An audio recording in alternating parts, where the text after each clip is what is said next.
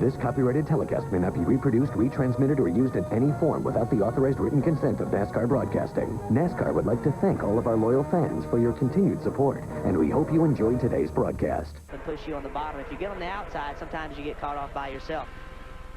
Now, Jeff, if I may ask one question. Whoa, that was a big block. Whoa. Huge. Now he's looking on the low side. But, you know, you guys have spotters in these Winston Cup cars. There's no spotters. There's no radio communication for the drivers here today. Are these guys looking in their mirrors? They spend more time in the mirror than out the windshield. I mean, that is truly what you... Oh, hold it. Castro Nevis. Nice save. Oh, great beautiful save. Look, see if he won't lose the draft, maybe. No, but his heart rate's going right now, I'll tell you that. Off to the back of the field. Let's hope he doesn't lose the draft. Here it is once again as they were at the end of the tri-oval headed for turn number 1. And, oh, he had contact with Martin, and Martin did a nice job, too. They both did wonderful. Everybody did a good job. All the stars lined up for us on that one. Mark Martin and Jimmy Johnson are battling for the lead in this race with 12 of the 40 laps completed. He got in the back of Johnson, and when he did, his car kind of went up the track, and then he got in the back of Martin. And we talk about bunt drafting, but listen, you don't want to bunt draft in the tri-oval. That is a bad place to be doing that. You see him, he's running up, he's going to bunt draft him, but he hits him when he's turning the car. Yeah. And when he did, it made his car turn right. He got his hands full. Great job. That's a bigger steering wheel than he's used to. I'll tell you that. If he turned that much in IndyCar, he'd be in deep trouble.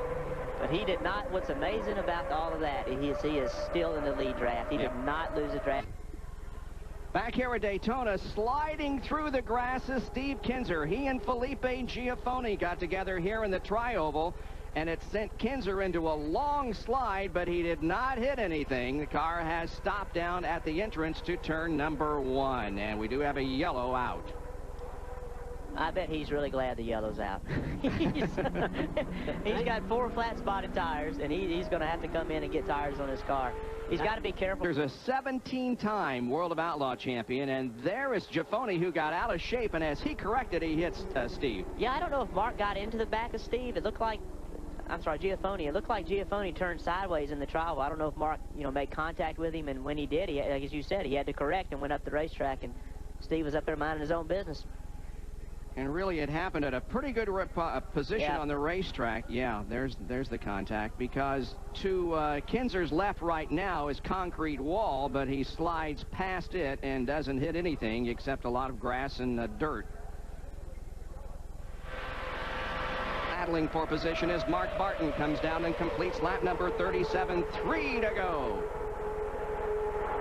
Well, that green car is going to get really wild. I can assure you of that. I'll be real surprised if anybody gets underneath Mark this late in the race. The move's going to have to be on the outside. Mark's going to use that yellow line as a pick. He is not going to let somebody get behind him. I think Kurt Busch knows Mark Martin really well. He knows how Mark Martin drives. The key to Kurt Busch is, what is Greg Biffle going to do? When you're running 5th or 6th, you may not can win the race, but you try to make a move to finish 3rd. That impacts what the guy that's running 3rd can do at that time. If everybody's willing to just line up and go past Mark, Mark won't win this race. But you're trying to get the best finish you can get. And sometimes when you're running 5th, finishing 3rd is the best you could get. And if you don't care who won the race, you're not going to win the race anyway. So who decides when they want to make a move to get the best finish they can do, like Hornish did a little while ago, that's going to have the impact on who wins this race. Harvick's given quite a push there, trying to get that line going.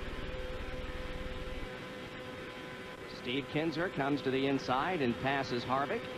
And this could impact it also. Now you have 3 cars in the front, and you have another group that's doubled up. So you don't have as good of a pushing group behind Kurt Busch. Kurt Busch is in 3rd, no longer has a pusher. So he can't push the guy in front of him as well. That's exactly what Mark Martin wanted to see. And here comes Mike Bliss in the red car up to the 7th position. In the blue car there in 4th is Greg Biffle, and he's going to be coming because he's got to run now. He cleared him. He's got to run. He's got a good pusher. He's going to be coming. White flag, 1 more lap to go.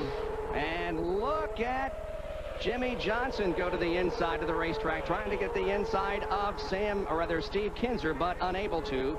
Well, can Danny the Dude Lasowski pull off a win here in Iroc 27 at Daytona?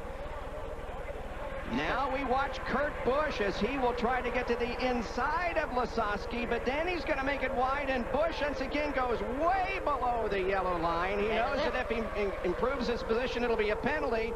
Lasowski makes the car as wide as possible. He stays in second. They're all over the racetrack behind as Martin has a bit of an edge now. Mark got way out in front. He's going to have a tough time blocking those guys. He got too far in front because they slowed down. Here they come to the line. It is Mark Martin going to win. Busch finishes second. Lasowski is third, and Jimmy Johnson fourth. Greg Biffle will end up in fifth position. Wow, Martin wins his 11th Iroc race in his career. Tied for all-time on the leader list. Round one of True Value Iroc 27 to the veteran, Mark Martin.